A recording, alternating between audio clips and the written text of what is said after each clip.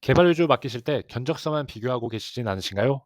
많은 대표님들이 가격만 보고 결정하셨다가 나중에 후회하시는 경우가 정말 많습니다. 제가 8년 넘게 개발 위주 진행하면서 봐왔던 실패 사례들 공통점이 있습니다. 바로 계약 전 체크리스트가 없다는 것입니다. 오늘은 개발 위주 맡기기 전에 반드시 확인해야 할 6가지 기준을 알려드리겠습니다. 이 영상 하나면 최소 2천만 원 이상의 손해를 막으실 수 있습니다. 첫 번째, 포트폴리오를 제대로 확인하셨나요? 포트폴리오를 볼 때 가장 중요한 건 개수가 아닙니다. 실제로 작동하는 서비스인지, 그리고 여러분의 프로젝트와 얼마나 유사한지를 봐야 합니다. 개발사에 요청하세요. 포트폴리오로 제시한 서비스의 실제 링크나 데모 영상을 보여달라고요. 스크린샷만 있고 실제 서비스가 없다면 의심해 보셔야 합니다. 그리고 여러분이 만들려는 서비스와 비슷한 경험이 있는지 반드시 물어보세요. 쇼핑몰 만드는 경험만 있는 곳에 관리자 시스템을 맡기면 개발 기간이 2배로 늘어날 수 있습니다. 두 번째, 커뮤니케이션 방식을 미리 정하셨나요? 개발 외주에서 가장 많이 발생하는 문제가 바로 의사소통 오류입니다. 계약 전에 꼭 확인하세요. 어떤 채널로 소통할 건지, 응답은 얼마나 빨리 오는지, 회의는 얼마나 자주 할 건지요. 카카오톡으로만 소통하는 곳은 나중에 책임 소재가 애매해질 수 있습니다.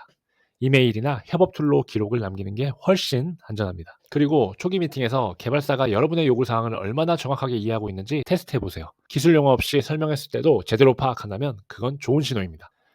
세 번째, 개발 프로세스가 투명한가요? 개발이 시작되면 지금 어디까지 진행되는지 알 수 없는 경우가 많습니다. 좋은 개발사는 개발 진행 상황을 실시간으로 공유합니다. 주간 리포트를 보내주거나 개발 현황을 확인할 수 있는 시스템을 제공하죠. 계약 전에 물어보세요. 프로젝트 진행 상황을 어떻게 확인할 수 있는지, 정기 미팅은 얼마나 자주 하는지요. 만약 다 만들어서 보여드릴게요 라고만 한다면 위험 신호입니다. 개발 막바지에 가서야 원하는 것과 다르다는 걸 알게 되면 이미 늦습니다. 네 번째, 유지보수 계획이 명확한가요? 개발이 끝난다고 프로젝트가 끝나는 것이 아닙니다.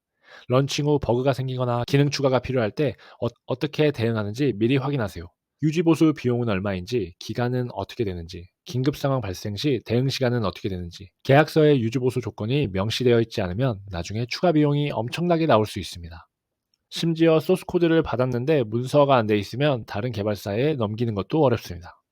다섯 번째, 계약 조건이 구체적인가요? 모호한 계약서는 나중에 분쟁의 씨앗이 됩니다.